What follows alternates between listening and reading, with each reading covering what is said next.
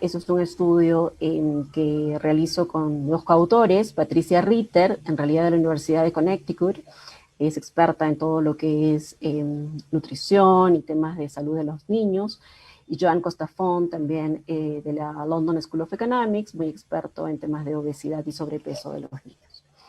Y bueno, yo de la Universidad del Pacífico. A ver, cómo he organizado la presentación, primero quiero contarles un poco acerca de qué nos motivó a hacer este estudio, los objetivos, las hipótesis iniciales que teníamos y que finalmente hemos llegado a responder, el marco teórico que nos permite un poco guiar interpretar nuestros resultados, la metodología que les voy a presentar. No he preparado ecuaciones para hacerlo más intuitivo y llegar a un mayor público, pero les voy a dar la intuición de la metodología para que entiendan. Y bueno, los principales resultados y recomendaciones. A ver, la motivación. Como ustedes saben, en el Perú tenemos un seguro integral de salud, el SIS.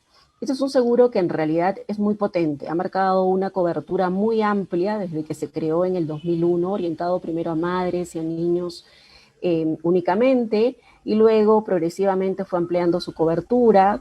Muchos de ustedes seguramente saben que en el 2009 se dio la Ley de Aseguramiento Universal, con el objetivo de ampliar su cobertura a mucha más población. A partir del 2010, 2011, también se hizo un esfuerzo por mejorar su evaluación de elegibilidad, ¿no?, a los hogares que podían acceder a este seguro.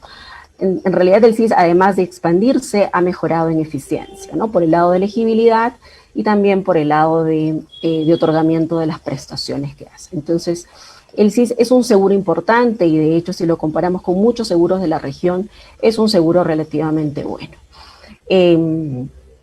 De hecho, en el 2014 es un seguro que, digamos, se ha ampliado a todas las madres, a las gestantes, perdón, y madres con niños menores de 5 años, ya de manera gratuita. Hasta antes de esa fecha había que cumplir con los criterios de elegibilidad. Y en el 2019 ya se ha decretado incluso su extensión a toda la población, incluso no asegurada. En paralelo, entre el 2014 y el 2019, digamos, si uno evalúa cómo ha ido yendo las variables, unas variables típicas, perdonen que estoy con una bulla aquí atrás, estoy en el hotel, entonces hay un poco de bulla. Unas variables como ejemplo, la anemia, la obesidad infantil y desnutrición, que son problemas típicos de niños. Entonces, la desnutrición, gracias a Dios, ha disminuido en ese periodo de 10.7 a 8.7, la anemia también, aunque todavía continúa elevada, pero hemos caído de 46 a 40%, y la obesidad infantil de 2 a 1.6, ¿no? Y es en particular en la obesidad infantil y el sobrepeso donde nuestro paper va a mostrar resultados interesantes que más adelante se los muestro.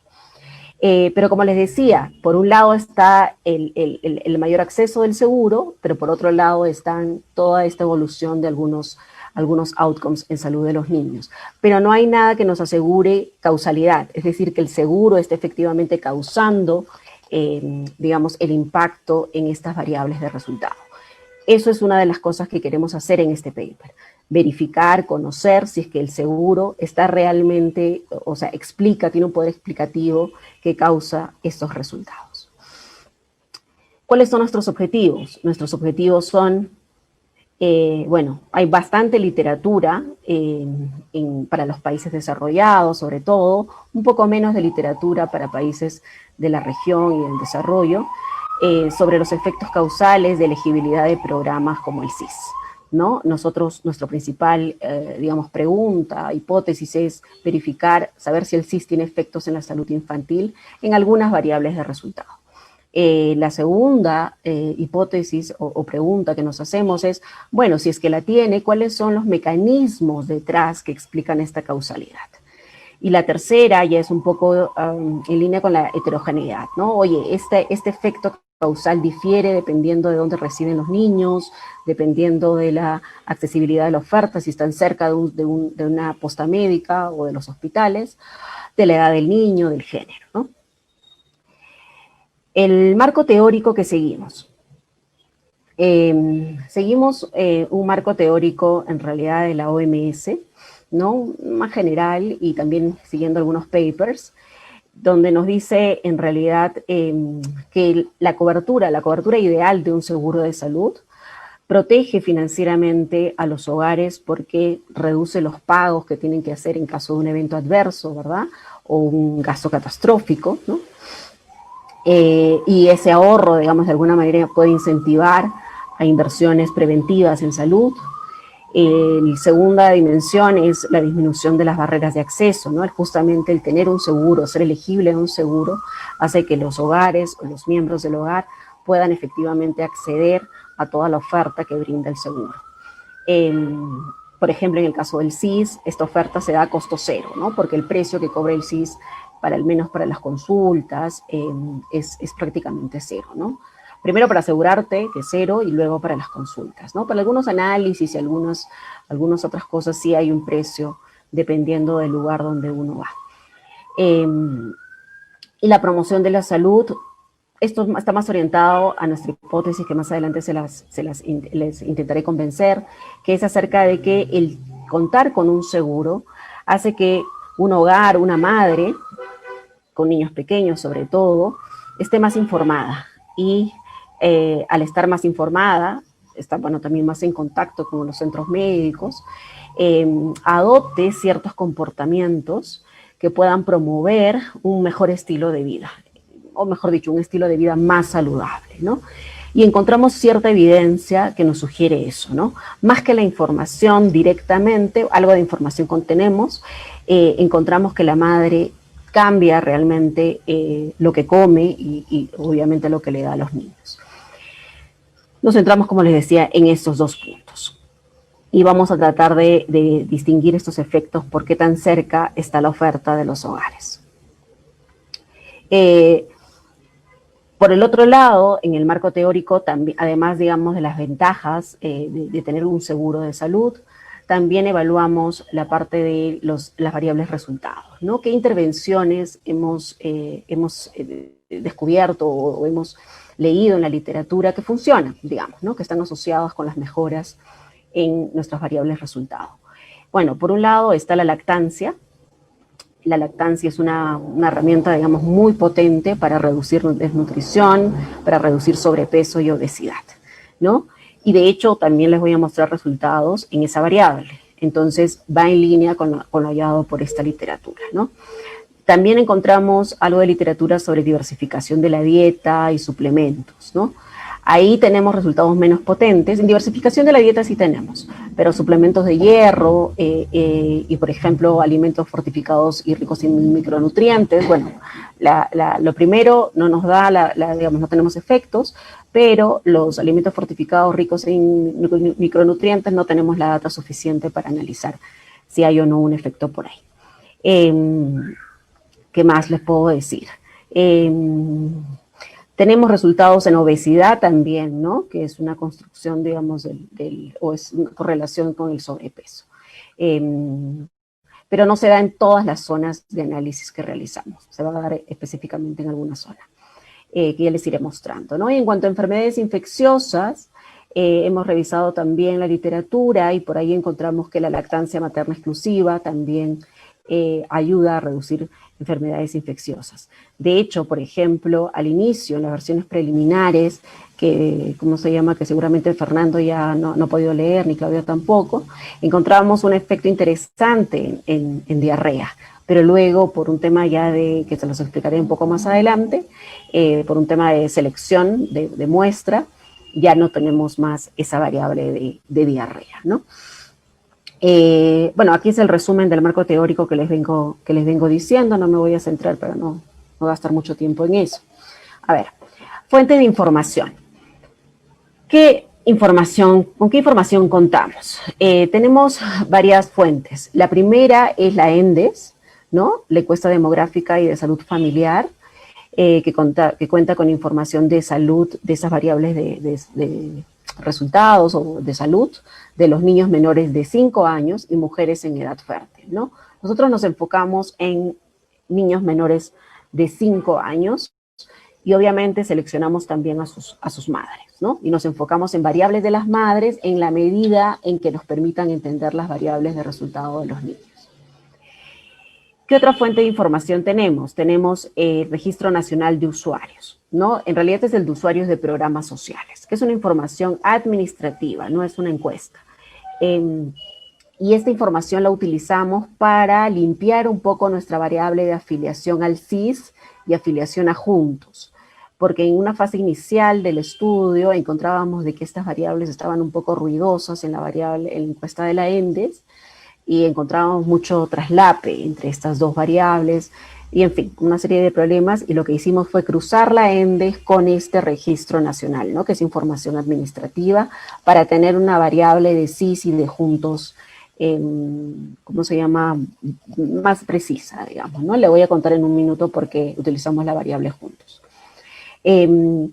También tenemos una accesibilidad geográfica que hemos construido siguiendo a Carrasco y Escobar, y básicamente para estimar el tiempo de viaje promedio hacia el establecimiento de salud más cercano. Contamos con una muestra final de alrededor de 12.000 niños, todos menores de 5 años, y en distritos, y nos enfocamos en distritos donde no está el programa Juntos, ¿no? Y para eso utilizamos la información del Registro Nacional de Usuarios. ¿Por qué excluimos digamos, a distritos conjuntos? Porque lo que no queremos es, digamos, hallar efectos en nuestras variables de interés que puedan estar explicados por ambos programas, ¿no? Porque si yo les puedo decir, sí, tengo digamos, la anemia se ha reducido, pero tengo 2 intervenciones, tanto SIS como Juntos, ustedes me pueden decir, Noelia, pero ¿esto a qué se debe? ¿O a Juntos o a SIS, no? ¿Qué cosa está explicando? ¿Quién está explicando más? Entonces, para no tener ese problema, porque no lo podríamos diferenciar, lo intentamos honestamente, decidimos hacer una selección de muestra y solamente quedarnos con distritos donde el programa Juntos no había llegado, ¿no? Y por lo tanto, la única intervención posible en esas zonas es el seguro integral.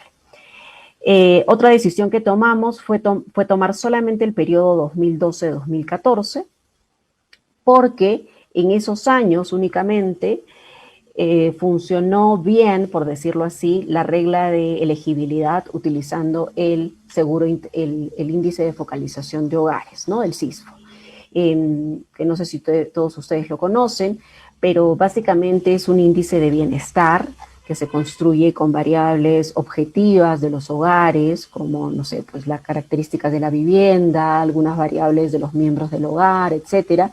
Y la idea, lo que intenta medir este índice es justamente el nivel de digamos, pobreza estructural o de riqueza, si quieren llamarlo así, del hogar. De modo que valores bajos del índice se interpretan como que el hogar es pobre o muy pobre, y valores altos del índice como que el hogar es relativamente menos pobre, ¿no? Y eso justamente es lo que utilizamos en este análisis. Utilizamos este índice para identificar a los hogares pobres que son finalmente elegibles para el seguro integral de salud, ¿no? Porque recordemos que para ser asegurado al SIS, necesitamos ser clasificados como pobres gracias a este IFH. Y entonces este IFH, esta regla de selección, solamente fue aplicada en el 2012 y 2014 para nuestra población en estudio, que son niños y madres, digamos. Porque recuerden lo que les dije al inicio, en el 2014 se universalizó el acceso para los niños y para las madres gestantes y con niños menores. De modo que después de ese año no podemos aplicar esta regla de elegibilidad y no podemos utilizar nuestra estrategia de identificación.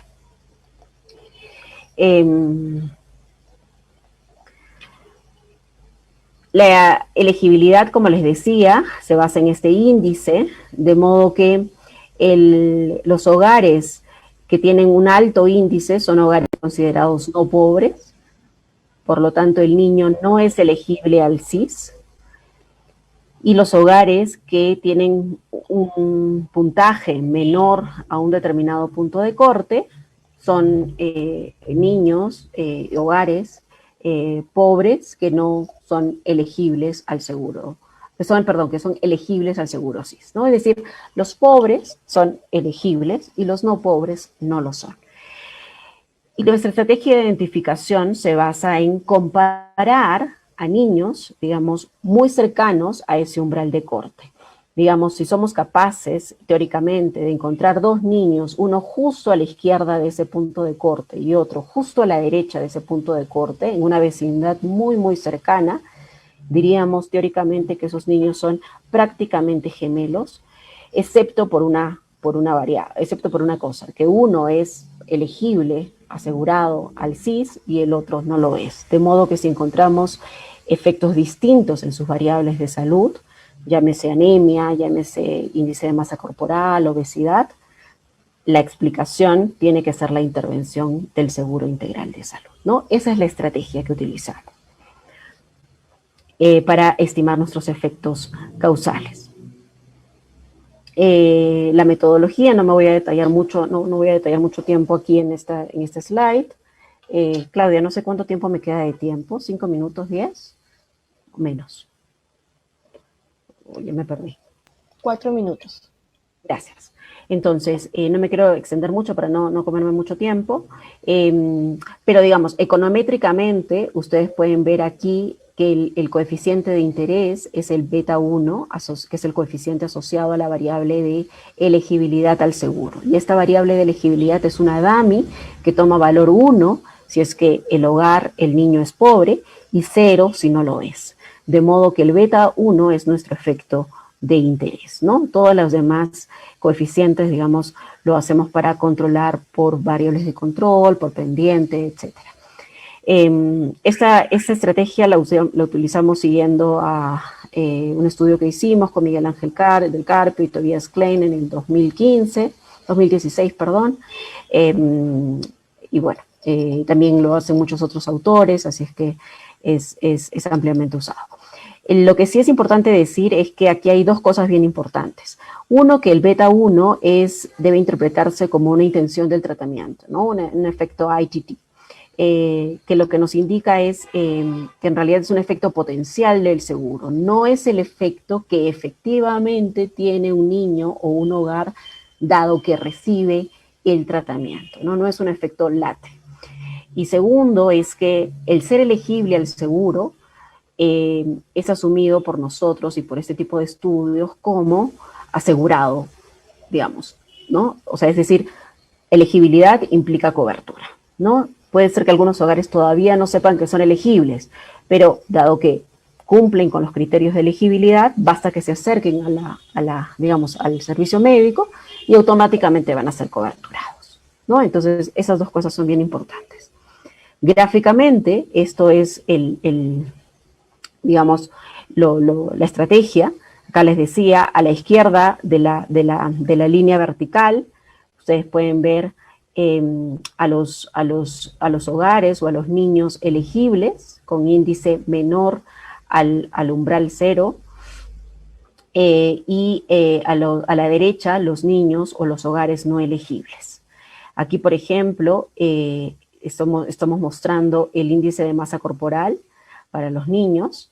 Entonces, lo que vemos son que el grupo de elegibles tiene los puntitos más oscuritos, relativamente más abajo que los niños no elegibles, que están un poco a la derecha, ¿no?